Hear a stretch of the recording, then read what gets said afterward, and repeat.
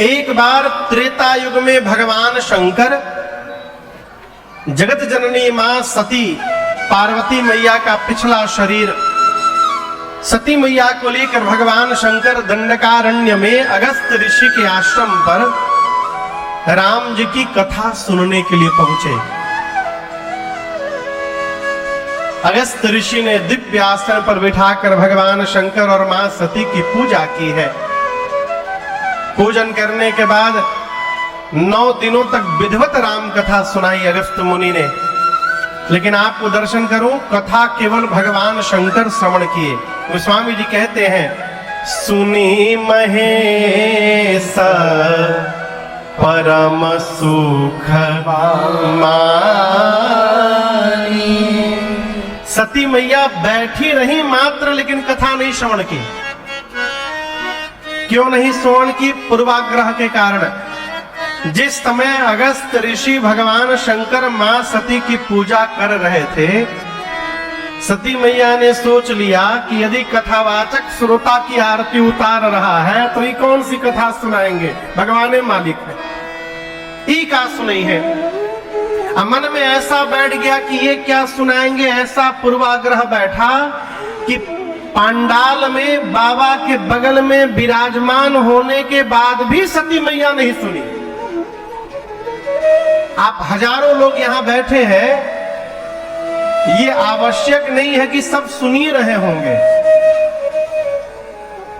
कई लोग तो भीड़ देख के आ गए होंगे, का हो कई लोग इसलिए आए हुए कि लोग जाने कि हम भगत हैं। हम ऐसी आशा रखते हैं कि इस पंडाल में इस वृत्ति का कोई भगत यहाँ नहीं होगा, कोई जीव नहीं होगा। आप सब लोग कथा सुनने के लिए ही बैठे हैं, ऐसा मैं आशा रखता हूं। लेकिन यहाँ दर्शन करिए, सती मैया सुनी नहीं। कथा पूरी भई। चलते समय राम जी की भक्ति, कथा सुनने के बाद दक्षिणा दी जाती है, ये मर्यादा है। भगवान शंकर अगस्त मुनि से पूछे कि आपने मुझे राम जी की कथा सुनाई, अब मैं आपको दक्षिणा में क्या प्रदान करूं? मुनिवर कहिए, किससे कौन सी वस्तु मांगनी चाहिए, इसी को विवेक कहते हैं। भगवान से बात अन्यथा न ले जाइएगा। भगवान से कभी भी जगत का ऐश्वर्य नहीं मांगना चाहिए। क्यों नहीं मांगना चाहिए? इसलिए नहीं मांगना चाहिए कि जितना सुख जीवन में बाबू लिखा है मिलेगा ही मिलेगा। आप पीएचडी कर लीजिए, चाहे अंगूठा लगाइए, वो मिलेगा ही मिलेगा। पूज्य स्वामी श्री राजेश्वरानंद जी महाराज कहा करते थे, भाग्य में होगा तो जो भाग गया है वो भी भाग के आएगा, और यदि भाग्य में नहीं है तो जो है वो भी भाग के चला जाएगा, बचने वाला नहीं है। तो भगवान से क्या मांगना चाहिए? कि हमेशा भगवान की याद बनी रहे, भगवान के चरणों में प्रीति बनी रहे, ये मांगने योग्य है। अगस्त ऋषि से भगवान शंकर ने पूछा, क्या दूं? और मैं आपसे निवेदन करूं, ये सिद्धांत भगवान राम ने स्वयं अपने मुख से अयोध्या वासियों को सुनाई है। उत्तरकांड में पुरजनोपाख्यान के प्रसंग में राम जी अपनी प्रजा से हाथ जोड़कर कहते हैं, जब लड़का बड़ हो जाए ना, लड़का जब बड़ा हो जाए तो उसको डांट करके नहीं कहा जाता है, उसको दुलार करके कुछ भी समझाया जाता है। राम जी अपनी प्रजा को हाथ जोड़कर कहते हैं, और एक गुप्त मत। राम जी कहते हैं, एक गुप्त मत मैं सब ही कहूं कर जो। राम जी कहते, मैं हाथ जोड़कर आप लोग से एक बात कहना चाहता हूं। क्या? मैं भगवान हूं और मेरी भक्ति शंकर भजन बिना नर भगति न पावे मोह। ये सिद्धांत राम जी दिए हैं कि बिना भगवान शंकर की कृपा से राम जी की भक्ति मिलने वाली नहीं है। अगस्त ऋषि से भगवान शंकर ने पूछा, क्या दूं दक्षिणा? अगस्त मुनि सोचने लगे, जिन राम जी की कथा मैंने सुनाई है उन राम जी की भक्ति देने का काम भगवान शंकर ही किया करते हैं। अब इससे श्रेष्ठ अवसर भक्ति प्राप्त करने का नहीं मिलेगा। हाथ जोड़कर कहे, मुझे राम जी की भक्ति ही दे दीजिए ना। और भगवान शंकर ने दिया। अधिकारी चिन्हा, अधिकारी जानकर दक्षिणा के रूप में राम जी की भक्ति ही प्रदान की और सती मैया को लेकर बाबा कैलाश चले। कौन सा युग था वो? राम जी कौन से युग में अवतार लेते हैं? क्यों द्वापरो बोलन? हाँ, कौन से युग में? त्रेता युग में। आपसे कहूं, जिस समय भगवान शंकर मां सती को लेकर कैलाश चले, उस समय राम जी अवतार लेकर उसी दंडकारण्य के नासिक में 14 साल के वनवास में थे। लीला नीचे चल रही है। भगवान शंकर के जाने के 2 घंटा पहले रावण मेरी सीता मैया का हरण करके ले गया है। राम जी लक्ष्मण जी सीता मैया को ढूंढ रहे हैं, नीचे ढूंढते हुए रो रहे हैं। ऊपर से आकाश मार्ग से भगवान शंकर मां सती के साथ कैलाश जा रहे हैं। और जाते जाते हृदय विचारत जात हर के ही विधि दर्शन हो, गुप्त रूप अवतरे प्रभु गए जान सबको। बाबा सोचने लगे कि जिन प्रभु की कथा सुनकर कान को मैंने तृप्त किया है, मेरे प्रभु नीचे ही लीला कर रहे हैं। यदि दिखाई पड़ जाए ना तो आनंद हो जाए। है जा क्यों नहीं सकते शंकर जी?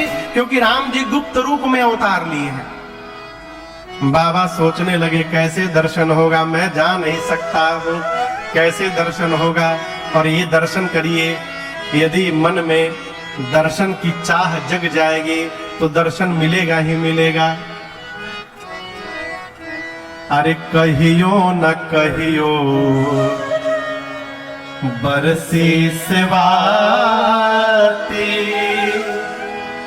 ओहि दीन आई हरि जी के पारी।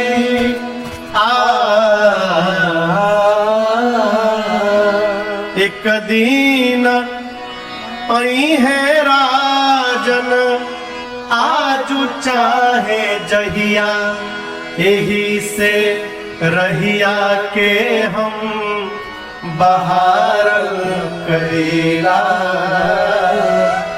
प्रभु जी के रहिया रोज निहारल करीला, निहारल करीला। भगवान उसी को दिखाई पड़ते हैं जो भगवान को देखना चाहे।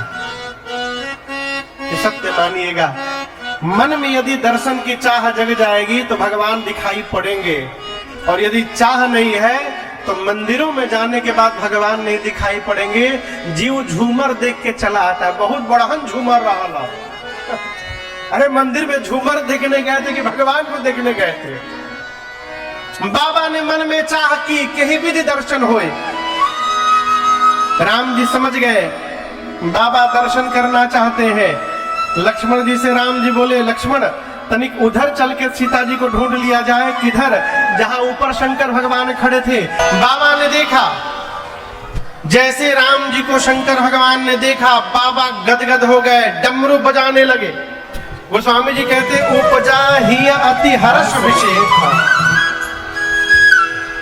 अच्छा आप बताओ, राम जी नीचे क्या कर रहे हैं? हंस रहे हैं कि रो रहे हैं? रो रहे हैं। आप जिसको बहुत प्रेम करेंगे तो वो रोता हुआ दिखाई पड़ेगा तो आप नाचेंगे? कहिए। शंकर भगवान तो राम जी को रोते हुए देख के गदगद हो गए। उपजा ही अति हर्ष विशेष। बाबा क्यों गदगद हो गए? उदाहरण दर्शन करिए। नाटक कभी देखे? नाटक हम सुने भदोही में रामलीला बहुत होता है।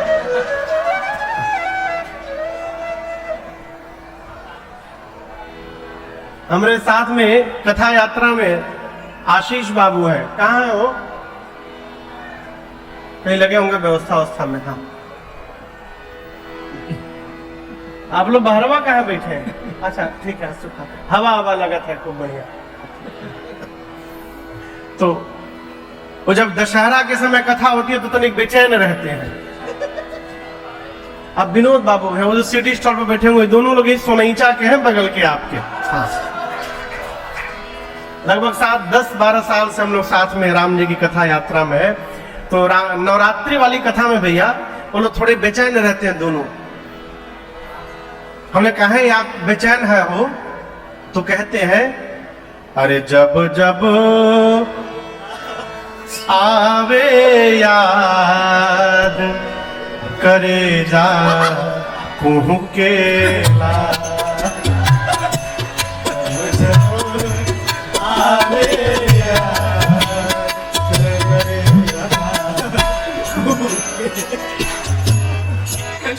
हमने कहा याद आवत है? बोले महाराज अपनी गांव के रामलीला में हम राक्षस बनते हैं।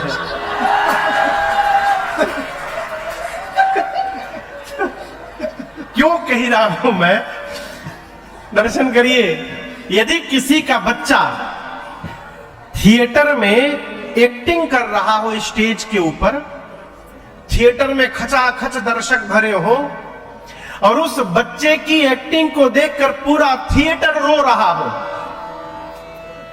पूरा थिएटर तो रोएगा, लेकिन उस एक्टिंग करने वाले बच्चे के पिताजी गदगद हो जाएंगे। क्यों गदगद होंगे? ये सोच करके कि क्या अद्भुत एक्टिंग कर रहा है मेरा बेटा, कि पूरा थिएटर रो रहा है। अद्भुत! पिताजी नहीं रोएंगे, पिताजी गदगद होंगे। उसी प्रकार राम जी को रोते हुए देख बाबा गदगद हो गए। बोले जय हो प्रभु, क्या अद्भुत लीला कर रहे हैं आप, लग रहा है मानो सही में रो रहे हैं। जय हो जय हो, बोलिए सच्चिदानंद भगवान की जय। ये तो एक कारण। नाचने का दूसरा कारण, भगवान शंकर सोचे सीता मैया का हरण हो गया है, अब थोड़ी देर में 1 घंटे में 9 बजे राम जी जटायु जी को गति दे देंगे, 12 बजे शबरी जी के पास पहुंच जाएंगे, 3 बजे तक वहां जलपान करके रहेंगे, 3 बजे निकलेंगे, 4 बजे पंपा सरोवर, 5 बजे शाम को पहुंचेंगे ऋषिमुख पर्वत। और जैसे वहां पहुंचेंगे सुग्रीव हनुमान जी को भेज देंगे राम जी के पास पता लगाने के लिए। शंकर जी सोचे मैं ही तो हनुमान बनकर के नीचे गया हूं, आज राम जी की शरण में जाने वाला दिन आ गया है, ऐसा सोच के गदगद हो गए। बाबा ऊपर से बोले हे सच्चिदानंद भगवान आपकी जय हो जय हो जय हो। जय जयकार किए और सती मैया के साथ आगे बढ़ गए। यहीं से पूरी लीला प्रारंभ हुई। शंकर भगवान के प्रणाम ने मां सती को भ्रम में डाल दिया। सती मैया सोचने लगी ये भगवान नहीं हो सकते हैं, भगवान तो सब जानते हैं, यदि ये भगवान होते तो इनको पता रहता कि मेरी पत्नी कहां पर है। कहीं भगवान भी रोवत है मेहरारू बने? ये भगवान नहीं है, भगवान नहीं है। ना ना ना, पूरा जगत शिव को प्रणाम करता है। शिव ने एक जीव को प्रणाम किया, वो भी कहीं सच्चिदानंद परधामा, ये भगवान नहीं है। बाबा ने खूब समझाया। देवी, भगवान शंकर ने कहा देवी, जिन राम जी की कथा अगस्त मुनि ने सुनाई, जिन राम जी की भक्ति दक्षिणा के रूप में मैंने अगस्त मुनि को प्रदान की, ये मेरे वही इष्ट प्रभु श्री राम है। मुनि लोग धीर योगी सिद्ध निरंतर निर्मल मन से जिनका ध्यान करते हैं, ये वही परब्रह्म परमात्मा है। अपने भक्तों का हित करने के लिए अपने तंत्र के साथ अवतार लेकर यहाँ लीला कर रहे हैं। देवी, ये राम जी भगवान है। अनेक प्रकार से भगवान शंकर समझाने का प्रयास किए, लेकिन मां के समझ में बात नहीं आई। बाबा ने कहा आपको इतना ही संशय है तो जाइए परीक्षा ले लीजिए। सती मैया राम जी की परीक्षा लेने चली।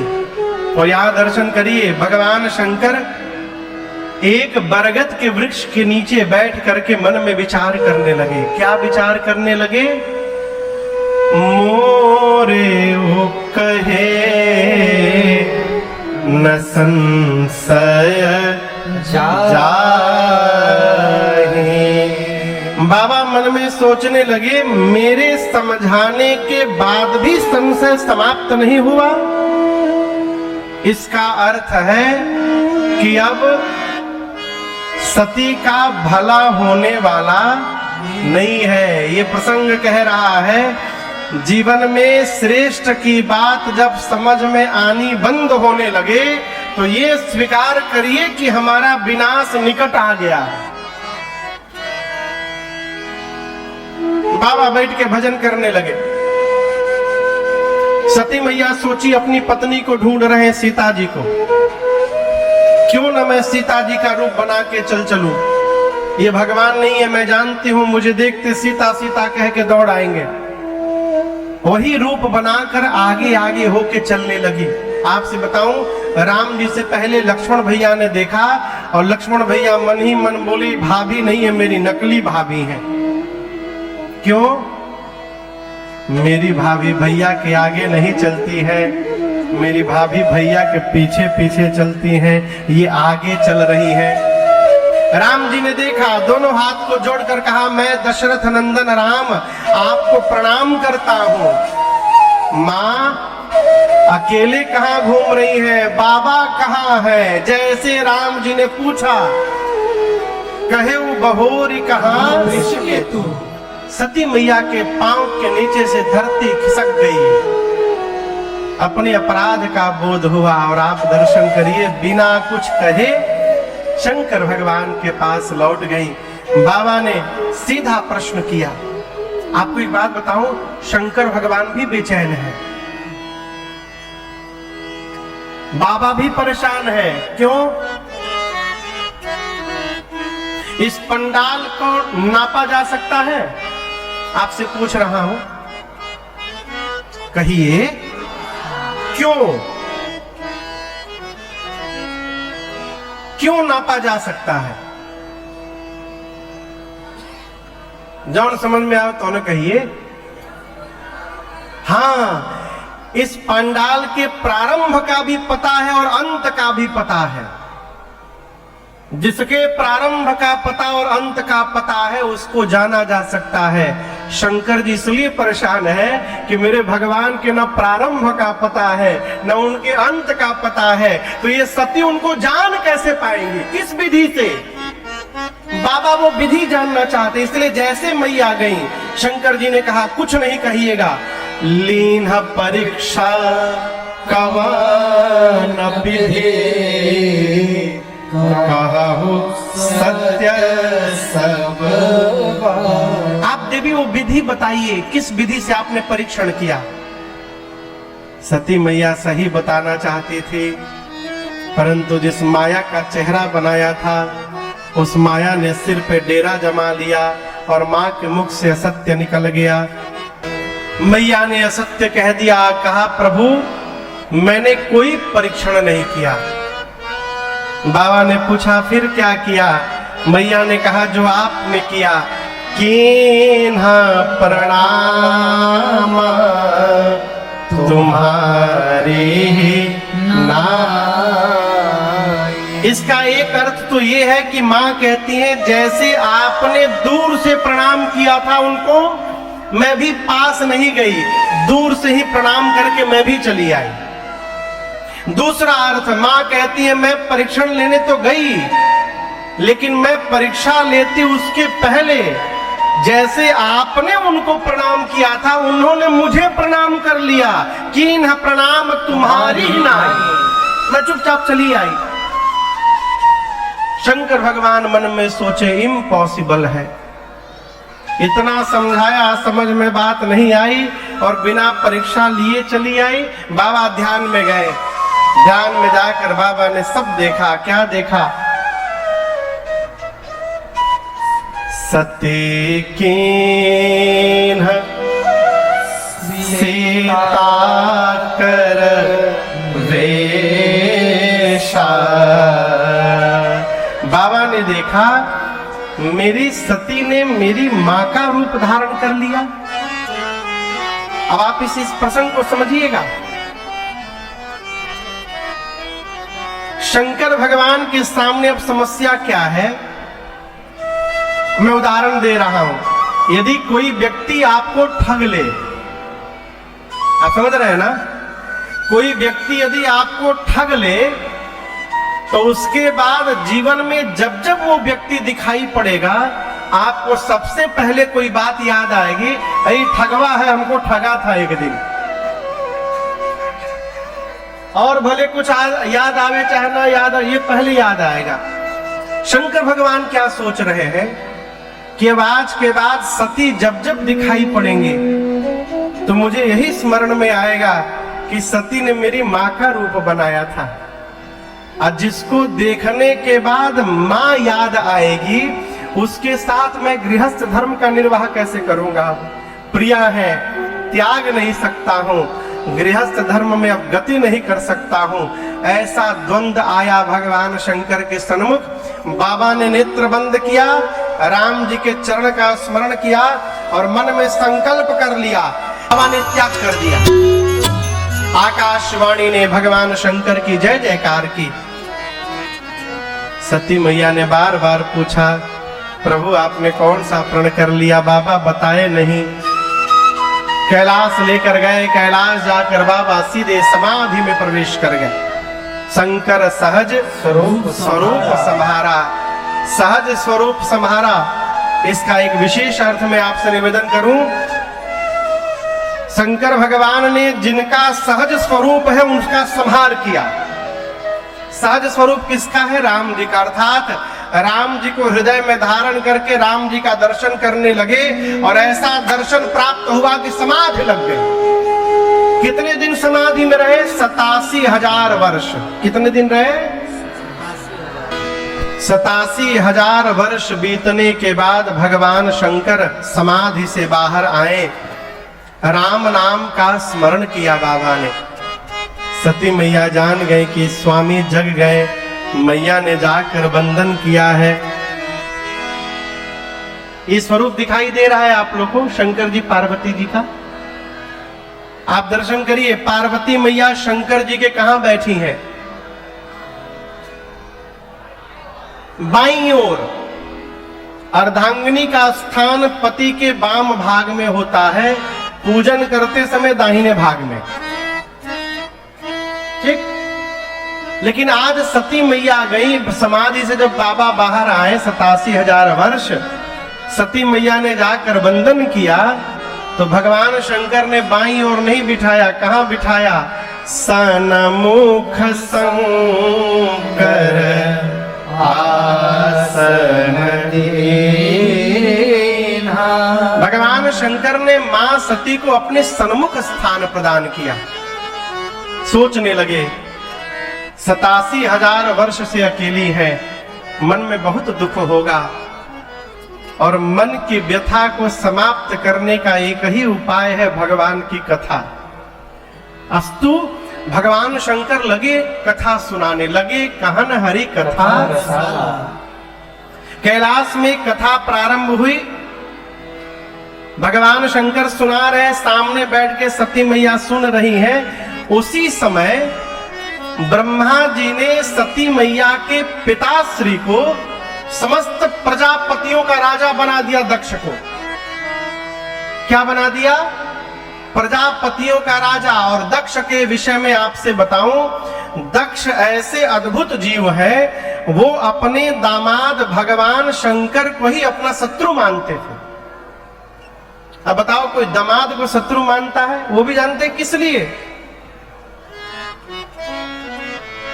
एक बार ब्रह्मा जी की सभा में दक्ष गए, सारे देवता लोग बैठे थे। तो दक्ष जब आए तो सभी ने खड़े होकर दक्ष का अभिवादन किया, छोड़ तीन को, ब्रह्मा, विष्णु और महेश। जीव का स्वभाव सुनिए, 100 लोग में से 90 लोग प्रणाम कर देते हैं तो जीव को 90 नहीं दिखाई पड़ते, उसको वो 10 लोग दिखाई पड़ते जो प्रणाम नहीं किए थे। दक्ष ने कहा अरे मैं आया, ये ब्रह्मा विष्णु महेश खड़े नहीं भय, ब्रह्मा और विष्णु का कोई बात नहीं, भगवान है ये लोग, लेकिन ये शंकर तो मेरा दामाद है, ससुर जी आए और दामाद खड़ा नहीं हुआ, इतना अपमान मेरा। उसी दिन से भगवान शंकर को दक्ष ने अपना शत्रु मान लिया। और एक निवेदन मैं आपसे करूं, जगत में कोई किसी का अपमान नहीं करता है। हमारे महाराज श्री कहा करते बाबू, जीवन में जब जब सम्मान की भूख जगेगी तो अपमानित होना पड़ेगा। जहां सम्मान की कल्पना करके जाइएगा वहां से अपमानित होकर आना पड़ेगा। सम्मान की कल्पना ही मत करिए। यदि कोई प्रणाम कर दिया तो हरि कृपा, नहीं किया तो हम तो सोचे ही नहीं थे, आनंद में रहेंगे। दक्ष ने मान लिया कि मेरे ससुर ने मेरा अपमान किया, अभिमान हो गया अधिकार मिलने के बाद। और हम आपसे एक बात बताएं, अभिमान का पता कैसे पता चलता है मालूम है? बोली से। इलेक्शन के पहले की बोली सुनिएगा, वोटिंग के पहले बोली सुनिएगा, और रिजल्ट आने के बाद की बोली सुनिएगा। गलत तो नहीं कह रहा हूं ना? है बोली बहुत अद्भुत है, इसलिए बहुत संभाल करके बोलनी चाहिए। है कई लोग खाली अपने बारे में बताते हैं। अभी हम लोग इसके पहले बोकारो कथा गा रहे थे, तो एक महात्मा आए भैया, वो किसी हमारे गांव के पूर्व सांसद है, उनसे हमारा नंबर ले लिए। तो लेके सुबह सुबह फोन किए, बोले हम अमुक महात्मा बोल रहे हैं, जय हो, जय सिया राम, आपको हम आपसे मिलना चाहते हैं। हमने 11 बजे सबसे मिलता हूं, आ जाइए। एक 12-11 बजे आए तो बहुत सारे लोग बैठे थे, वो भी बैठे थे। मैंने कहा अच्छा अच्छा ठीक है, हम आपसे मिलते हैं। फिर मैं कमरे में बुलाया, आके बैठे सामने। पहला वाक्य, अडानी अंबानी हमारे चेला है। 5 मिनट के भीतर इतना बोल दिए कि हमारी लगा फट जाएगा। ऊ चेला, ऊ चेला, ई चेला, ऊ चेला। हम सोचे जब सब चेला है तो यहां क्या कर रहे हैं? यदि मतलब बहुत कुछ बोले, मैं चुपचाप सुनता रहा। लग्जरी की कोई कमी नहीं है, आप जितनी लग्जरी सोच सकते हैं वो सब गाड़ी मेरे पास है, क्योंकि भगवान की कृपा और मेरी मेहनत। फिर वो आश्रम ले जाने के लिए बहुत परेशान, समय भी नहीं था, भगवत कथा में व्यस्तता थी। मैंने कहा सरकार माफ करिएगा, अभी इस बार समय नहीं है। बोले चलेंगे तो बड़ा बढ़िया मैसेज जाएगा। हम मैसेज कथा से जाते हैं, कहीं गैला इला से ना जाता। ये क्या है जीवन में? और याद रखिएगा, हमारे चाचा कहते हैं जिस पुष्प में खुशबू होती है ना, अगल बगल से गुजरने वाले को पता चलता है कि इसमें खुशबू है। और जिसमें खुशबू नहीं होती, सेंट मारा जाता है, उसको नाक में सुंघाना पड़ता है। तनी सुंघबा हो महका ताकि लेके महका, माने नकली है। जहां होता है वहां बताना नहीं पड़ता, और जहां बताना पड़ता है वहां कुछ होता नहीं है। अभिमान में बोली बदल जाती है। इसलिए पूज्य भिक्षु जी महाराज कहते हैं, ये जो जीवन भर मैं बकरा मिमिया रहे हैं, इसको बंद करिए। ये मैं की मुख बोलता है या तू बोलता है, ये मैं अभिमान को प्रदर्शित करता है। इसलिए भगत कभी मैं नहीं कहता, कुछ भी हो जाए सब भगवत कृपा है। दक्ष ने भगवान शिव को अपमानित करने के लिए यज्ञ की रचना की और सबको बुलाया, छोड़ ब्रह्मा विष्णु महेश। देवता जब जाने लगे तो मां सती ने भगवान शंकर से पूछा, प्रभु ये देवता सब परिवार कहां जा रहे हैं? बाबा ने कहा, आपके पिताश्री यज्ञ कर रहे हैं देवी, और ये देवता वहीं भाग लेने जा रहे हैं। मां ने कहा प्रभु पिताजी के घर उत्सव है, यदि आपकी आज्ञा हो तो मैं भी दर्शन करने चली जाऊं। शंकर जी ने कहा देवी बात तो आपकी सही है, जाना भी चाहिए, लेकिन मैं आपसे कहूं आपके पिताजी ने अपमानित करने के लिए जानबूझकर नहीं बुलाया, इसलिए मैं कहता हूं तहां गए कल्याण न होई, जाने पर कल्याण नहीं होगा देवी। भगवान शंकर फिर समझाए, मां नहीं मानी तो अपने मुख्य गणों को साथ में लगाकर बाबा ने विदा कर दिया। और आपसे कहूं पिता के घर जब मां सती गई तो उनकी मैया को छोड़कर किसी ने सती मैया की ओर देखा तक नहीं। दक्ष ने पहले ही सबको त्रास दे के रखा हुआ है। सती मैया गई, माता से मिली, यज्ञ मंडप की परिक्रमा लगाई और परिक्रमा लगाते समय दृष्टि गई मंडप में भगवान शिव का कोई स्थान नहीं बना। मां का पूरा शरीर क्रोध में भड़क उठा, मां झपट पड़ी। मां ने कहा, मां ने देखा कि मंडप में सभी देवताओं का आवाहन करके स्थान दिया गया है, छोड़ रुद्र को। मां सोचने लगी जिस मंडप में रुद्र का आवाहन न हो यज्ञ हो ही नहीं सकता। मां झपट पड़ी। मां ने कहा, हे देवगण मुनिगण, इस सभा में बैठकर जिसने जिसने मेरे पति की निंदा की है अथवा जो कान से श्रवण मात्र भी किया है, आप सबको दंड मिलेगा। मर्यादा कहती है जिस सभा में संत की, शंभु की और श्री हरि की निंदा हो रही हो, यदि अपने भुजाओं में शक्ति है तो निंदा करने वाले की जिह्वा उसी क्षण काट दो। यदि शक्ति नहीं है तो कान बंद करके चले जाओ। मेरे पति केवल पति नहीं है, शंकर जगत के पिता हैं और आज इस मंदमती मेरे पिता ने मेरे पति का अपमान किया। मैं आज के बाद इसकी बेटी के रूप में जीवित नहीं रहूंगी। इतना कह के सती मैया ने दाहिने पांव के अंगुष्ठ से योगाग्नि को प्रज्वलित कराकर मां ने अपने आप को भस्म कर दिया। मां का पूरा शरीर दहकने लगा हो।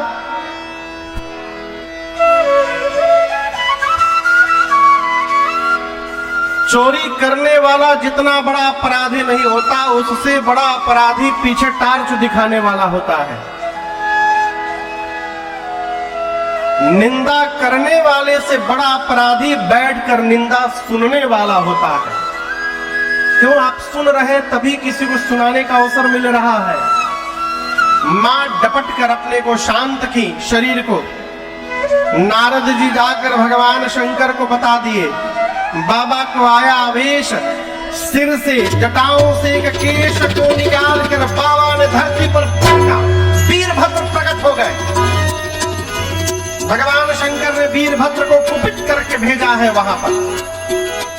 वीरभद्र ने जाकर सबसे पहले यज्ञ के जो आचार्य थे भृगु जी महाराज, उनकी दाढ़ी नोच दी। किसी का पांव तोड़ा, किसी का आंख फोड़ा। दक्ष के सर को पकड़ा, हाथ से घुमाया, धड़ से सिर को उखाड़कर जो अग्नि कुंड बना था उसमें ले जाकर पूर्ण आहुति कर दी। यज्ञ विध्वंस करने लगे बाबा के गण। बाद में भगवान शंकर को बुलाकर यज्ञ की रक्षा कराई गई। ये प्रसंग कहता है किसी को अपमानित करने के लिए यदि हम सत्कर्म भी करने जाएंगे तो वो सत्कर्म पूर्ण होने वाला नहीं है। इसलिए कार्य की सफलता मन की निर्मलता पर निर्भर करता है। हम कितने शुद्ध मन से व्यवहार कर रहे हैं। सती मैया मरने से ठीक पहले मैया ने मरते समय राम जी से वरदान मांगा, प्रभु जनमा जनमा